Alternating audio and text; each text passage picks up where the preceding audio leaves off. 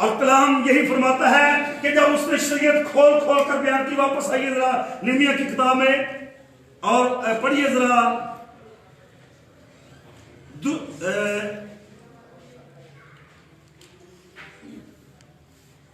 اس سے پہلے کہ وہ لوگ سمجھ پاتے ہیں، ذرا یہاں سے پڑھیے،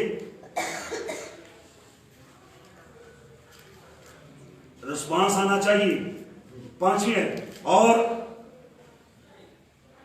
عزرا نے سب لوگوں کے سامنے کتاب کھولی کیونکہ وہ سب لوگوں سے اوپر تھا، اور جب اس نے اسے کھولا تو سب لوگ اٹھ کھڑے ہوئے، اور عزرا نے خداوند خدا عظیم کو مبارک کہا، اور سب لوگوں نے اپنے ہاتھ اٹھا کر جواب دیا آمین آمین، اور انہوں نے اونڈے منہ زمین تک جھک کر خداوند کو سجدہ کیا۔ آگے چلیں گے ہم 8ویں آیت میں۔